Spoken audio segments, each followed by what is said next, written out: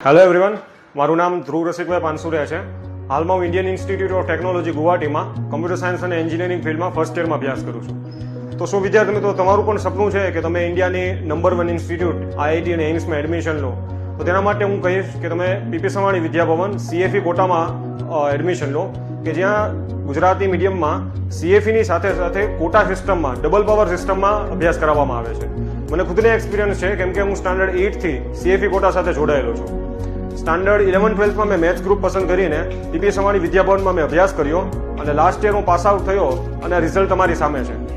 2 વર્ષ દરમિયાન મારી મહેનતની સાથે સાથે પીપી સવાણી વિદ્યાભવનના દરેકે દરેક સર, ટીચર, પ્રિન્સિપલ સરનો, આખા પરિવારનો જે સપોર્ટ હતો, તેના થકી હું આજે આ સુધી પહોંચી શક્યો.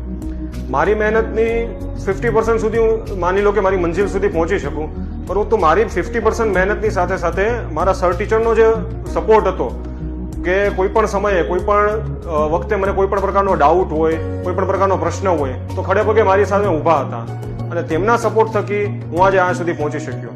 તો હું તમને એટલું જ કહેવા માંગીશ કે આ 2 વર્ષની જર્ની દરમિયાન તમે કોઈ સારી એવી શાળા જેમ કે પીપી સવાણીને પસંદ કરો, ખુદથી મહેનત કરો અને તમારી લાઈફમાં તમારે જે પણ સક્સેસ કે જે પણ શ્રેય મેળવવું હોય તે મેળવો.